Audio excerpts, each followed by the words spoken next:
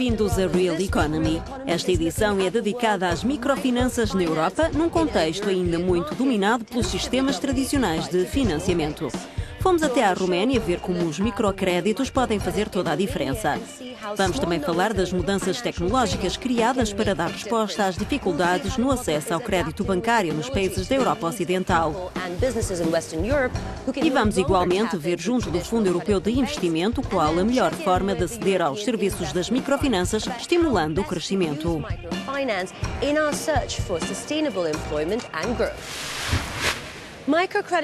Os conceitos do microcrédito e microfinanças estiveram inicialmente associados à implementação de alternativas nos países subdesenvolvidos.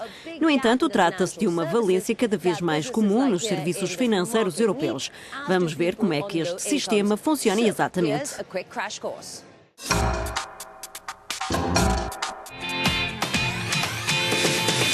Em tempos, Vítor tinha rendimentos e bens que lhe permitiam aceder aos serviços financeiros tradicionais. Mas tudo mudou quando perdeu o emprego. Sem garantias para apresentar no momento de pedir um empréstimo, Vítor virou-se para os organismos de microfinanças, que disponibilizam serviços como o microcrédito até um determinado limite a pessoas com problemas de liquidez.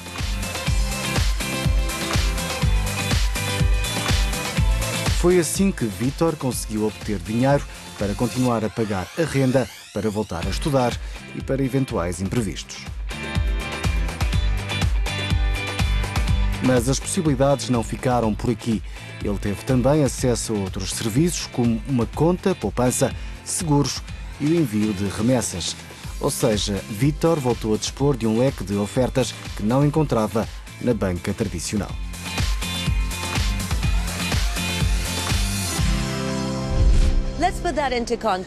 Em 2013, os serviços de microfinanças europeus providenciaram 1.500 milhões de euros. O valor médio dos empréstimos foi de 8.500 euros. 79% dos créditos foi aplicado no setor empresarial, o resto para fins pessoais. Nos países da Europa de Leste, como a Roménia, esta alternativa foi-se consolidando face às dificuldades na obtenção de um crédito bancário até se tornar no sistema essencial. A primeira reportagem é da autoria do jornalista Guillaume Desjardins.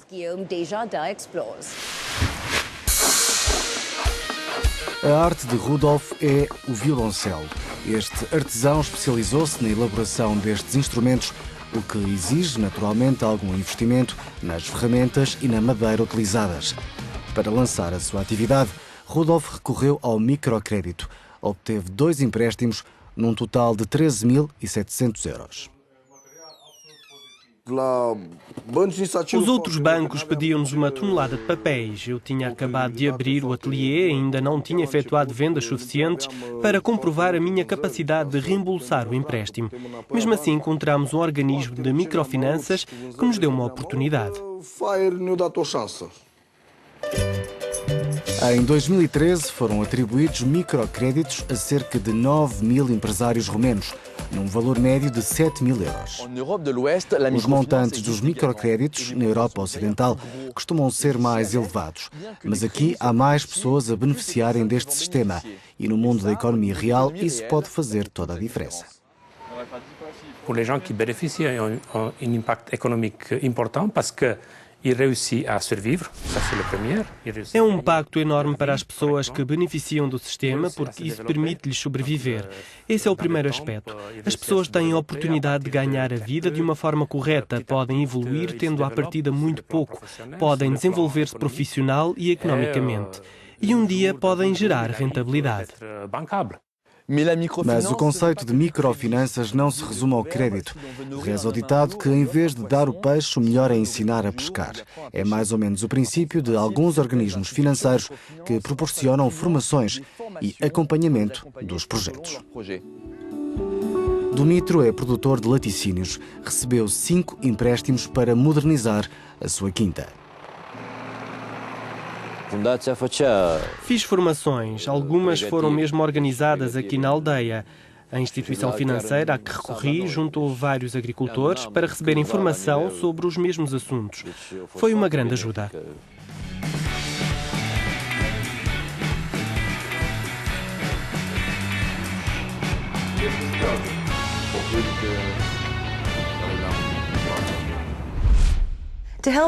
Foram criados 2 instrumentos para canalizar montantes para desenvolver as microfinanças: o Instrumento Europeu de Microfinanciamento Progress e o Programa para o Emprego e Inovação Social.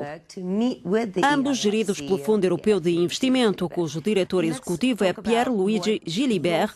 Qual é a situação atual das microfinanças na Europa? A crise de 2007-2008 mudou a natureza do mercado. Há muita gente que não conseguia encontrar trabalho nos setores tradicionais e que acabou por criar o seu próprio emprego. Estamos a falar de pessoas que tinham poucas hipóteses de aceder aos canais tradicionais dos financiamentos bancários. A necessidade de uma alternativa surgiu também por uma questão de inclusão social e económica para ajudar desempregados, mulheres empreendedoras ou, hoje em dia, os migrantes, por exemplo. Trata-se, portanto, de uma ferramenta destinada a várias frentes. Nós estimamos que sejam necessários de 5 a 6 mil milhões de euros para responder às necessidades das microfinanças nos 28 Estados-membros. É necessária legislação e subsídios para incentivar os Estados-membros a desenvolverem as microfinanças? O Fundo Europeu de Investimento e o Banco Europeu de Investimento marcam presença nas áreas onde o setor privado não tem alcance. O que fazemos normalmente é providenciar o capital inicial para desenvolver um determinado setor e depois deixar que o setor privado assuma as rédeas. O processo para atribuir pequenos empréstimos abaixo dos 25 mil euros é dispendioso. Há custos fixos, independentemente da dimensão do empréstimo. Faz sentido para um banco processar um pedido de crédito de 1 milhão de euros, cujos custos ascendem a 1%. Mas os microcréditos tornam-se muito onerosos. Daí que os bancos tenham reticências em fazê-los. Por isso é que o apoio do setor público é tão relevante na Europa Ocidental ou na Europa de Leste.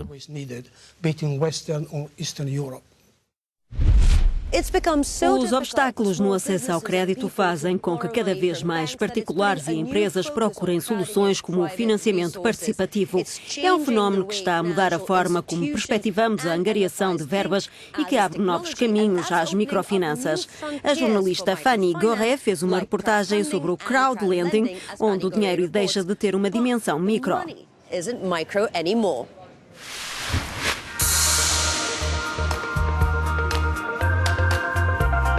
Basta abrir o computador e fazer uma pesquisa rápida para encontrar uma série de novos modelos de financiamento. Através dos serviços online, qualquer pessoa pode investir em empresas como a La Petite Poissonnerie. Nick tentou pedir um crédito para aumentar a sua peixaria, mas o seu banco recusou. Foi então que decidiu embarcar no Funding Circle, uma plataforma virtual de investimento em pequenas e médias empresas. Eles apresentaram uma solução e no espaço de uma semana ou duas tinha o dinheiro na minha conta. Os juros são ligeiramente mais altos do que no banco, mas nem sequer vale a pena estar a falar no banco porque não nos quis ajudar.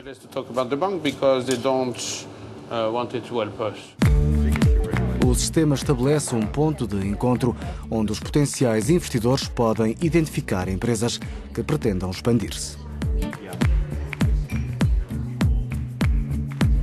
Os canais alternativos dão a oportunidade às empresas de encontrar capital.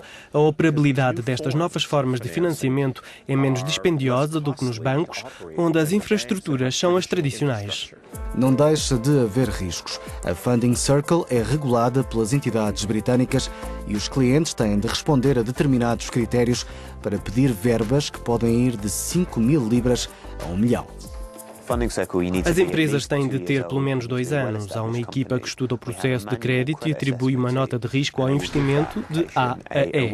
Depois afixamos as taxas de juro e colocamos a proposta no mercado. Qualquer investidor, seja um particular, uma instituição ou até o governo britânico, pode decidir emprestar o dinheiro diretamente à empresa. Historicamente, as instituições de microfinanças não eram particularmente tecnológicas, mas a tecnologia permite-lhes dar à atividade uma escala muito mais vasta e eficiente.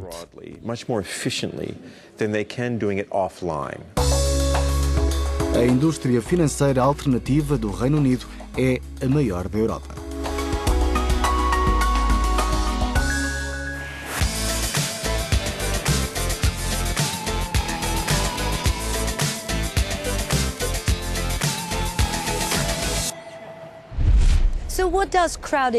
Retomamos a conversa com Pierluigi Gilibert para perguntar qual será o impacto do financiamento participativo no futuro das microfinanças.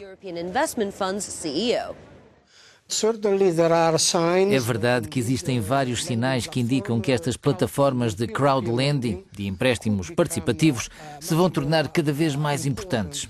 São ferramentas que permitem reduzir os custos dos processos, que são um dos grandes obstáculos à autossustentabilidade desta indústria. Há o risco de falharmos a integração social se estes serviços só forem virtuais? Tem toda a razão. É difícil criar uma indústria de microfinanças autossustentável se não houver o lado do acompanhamento e formação. E isso não é contemplado nestas novas plataformas tecnológicas. A experiência neste setor já permite evitar situações de crédito mal parado ou outros riscos que os bancos não querem assumir? Pessoalmente, não vejo que os incumprimentos sejam um problema agudo nas microfinanças. O grande problema prende-se com os custos dos processos, das diligências a efetuar e da monitorização. Qualquer inovação que surja para reduzir os custos nesta área será bem-vinda.